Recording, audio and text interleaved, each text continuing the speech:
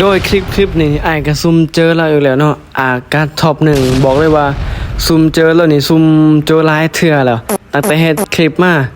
จากคลิปนั้นคนเบิ่งกะฟีดเนาะบัดหลังจากนั้นก็ซุ่มเจอตลอดเลยโอ้งงคือกัน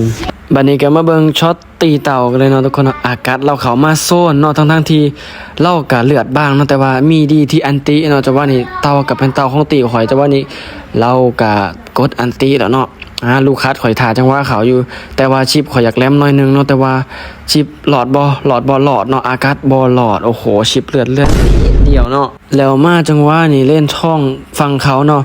ข่อยได้กลับไปเบิงโซนป่าฟังเขาเนาะแต่ว่าพวกเขาดักกัน2คนจังว่านี่ก็ลูกคัดข่อยเขาไปเปิดในป้อมเนาะข่อยได้จังว่าข่อยได้ตั้มแองเจล่าไปแองเจล่าก็กลับบอเลยเนาะแล้วจังว่านี่บักหน้าทานมันแห้งเกินเนาะข่อยเลยกลับบอเลยดีกว่าเนาะแต่ว่าเหมือนมันจะหลิ่นฟ้ามข่อยกับเขาเลิกเกินไปกับบ่หลอดเนาะจะว่านี่โอ้โห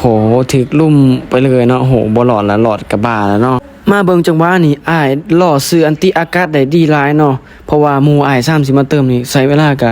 ถือว่าครบพอประมาณอยู่เพราะว่าลูกค้าอยู่เล่นกลางจังหวะนี่ข่อยก็จะล่อซื้ออันติอากาศให้มันกดอากาศบ่ให้มันกดอันติให้ได้เนาะจังหวะนี่หมู่ข่อยเริ่มเข้ามาเริ่มทยอยเข้ามาแล้วอากาศกดอันติไปแล้วฟาซ่าข่อยกดอันติทุบอากาศเนาะแต่ว่าซีได้เป็นคนขาอากาศไปเนาะโอ้โหเป่าไม้ข่อยมันหล่ออากาศหายกดอันติเพียงตัวเดียวเลยเนาะกับนาธานเนาะ2ตัวนี้มันเป็นตัวแบบว่า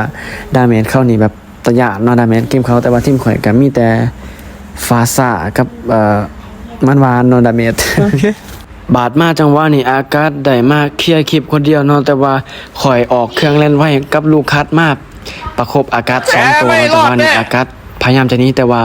น่าจะนี้บ่ได้แล้วเนาะประสิทธิ์ขนาดนี้แองเจล่ากับซิงอากาศเนาะจังว่านี่อากาศบ้าไปแล้วเนาะแต่ว่าถึกลุ่มขนาดนี้บ่ตายบ่เรือแล้วเนาะโอ้โห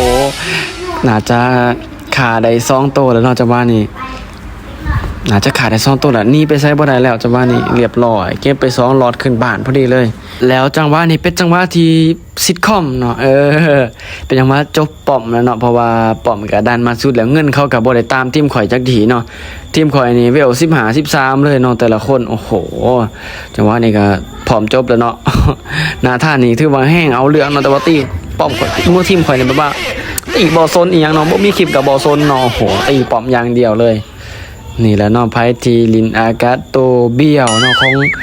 น้องๆหลายๆคน FC ที่กำลังขึ้นใหม่เนาะกำลังดันแรงขึ้นเทปใหม่มักลินอากาศมักแบนเนาะแรงตำนานนี่โอ้แบนดูอะไรแต่ว่ามาเทปแล้วเทป50 ดาว40 ดาวหรือว่า100 ดาวเนี่ยเข้าบุลินแล้วเนาะอากาศไพ่สิคิดดันท็อปอากาศในแรงประมาณนี้เนาะ50 ดาวอัพนี่